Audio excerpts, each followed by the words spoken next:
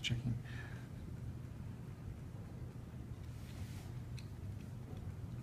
There we go, that's better. Okay, so here's our scapula, here's the humerus.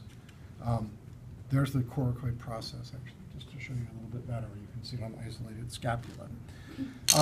And the humerus, at its proximal end, the end closest to the body, has two bumps on it. It's got this really big bump and a much smaller bump.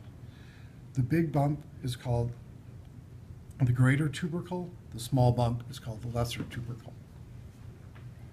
And there's a groove between them called the intertubercular groove, where the tendon of the biceps muscle runs.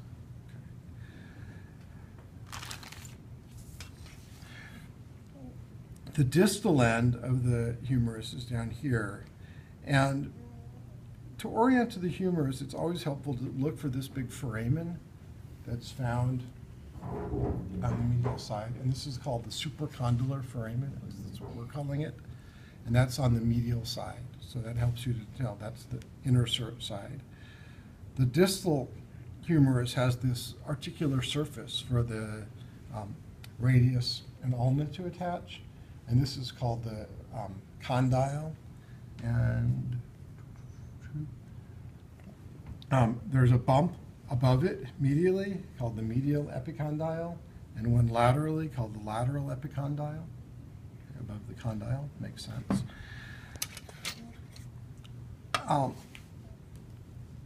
There's a crest that runs down that's not very prominent on these cats, but it's this thing that runs down here called the deltopectoral crest, where the deltoid and pectoralis muscles attach onto the bone. Sometimes it can be really highly developed. Some animals has like an actual ridge, like sea lions have a really well-developed deltopectoral crest. And the deltoid tuberosity is just the name for this kind of roughened area down here, which I really do wish we didn't have on the list at all, because it's kind of obscure, but it's this roughened area down here. Okay. Hopefully this is going to be from the correct side of this cat. We're about to find out. Luck. Okay. So this is the ulna, and the ulna fits like this on the distal end of the humerus, bends like this. And the process of the ulna that sticks out behind the elbow here is called the olecranon. Okay, that's the olecranon process right there. And there's a notch here in the lateral side of the, lateral, did I say? Yeah, that's right. Lateral side of the ulna here for the radius. Okay, to fit right there. For the head of the radius. And there is a distally a styloid process called the lateral styloid process, which is this bump here. This is the radius, and it's got a head, okay, that fits in like this, crosses over the ulna. So this would be the correct orientation for it, like this. And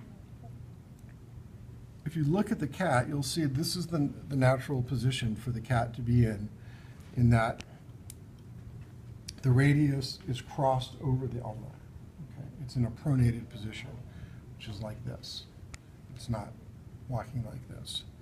And so you want to always have the radius kind of crossing over, and you can look and see that these are the dorsal surface of the radius where the tendons run down to the hand, and the tendons run across. Okay, so that's oriented correctly. This is the lateral styloid process on the ulna. This is the medial styloid process on the radius here.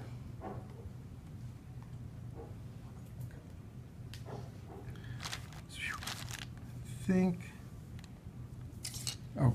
radial tuberosity, last but not least.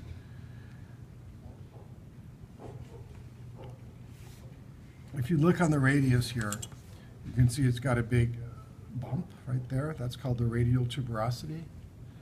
And that's where the tendon of the biceps muscle attaches.